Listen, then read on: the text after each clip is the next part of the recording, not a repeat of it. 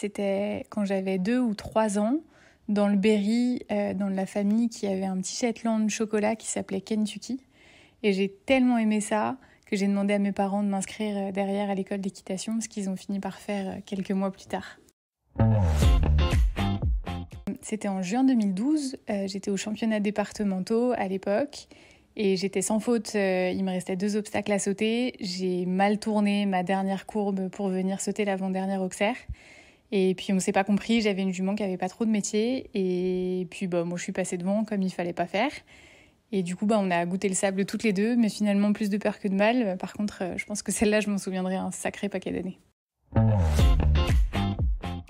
Pour décrire Enzo en 3 adjectifs, ça serait appliqué dans le travail, toujours hyper à l'écoute. Sensible parce qu'il reste assez jeune et du coup il a besoin de savoir qu'il peut faire confiance à son cavalier. Et puis curieux parce qu'il a toujours le nez qui traîne partout et c'est ce qui le rend hyper attachant aussi.